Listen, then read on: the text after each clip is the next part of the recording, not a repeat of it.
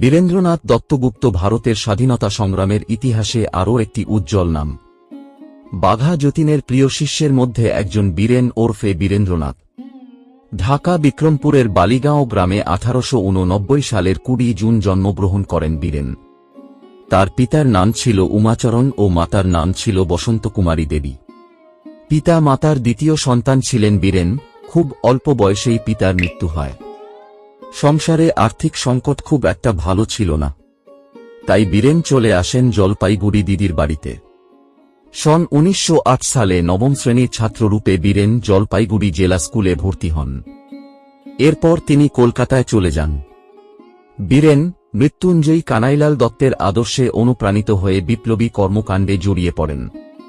বিপ্লব পথের গুরু হিসেবে তিনি যতীন্দ্রনাথ মুখোপাধ্যায় ওরফে বাঘা যতীনকে বেছে নেন।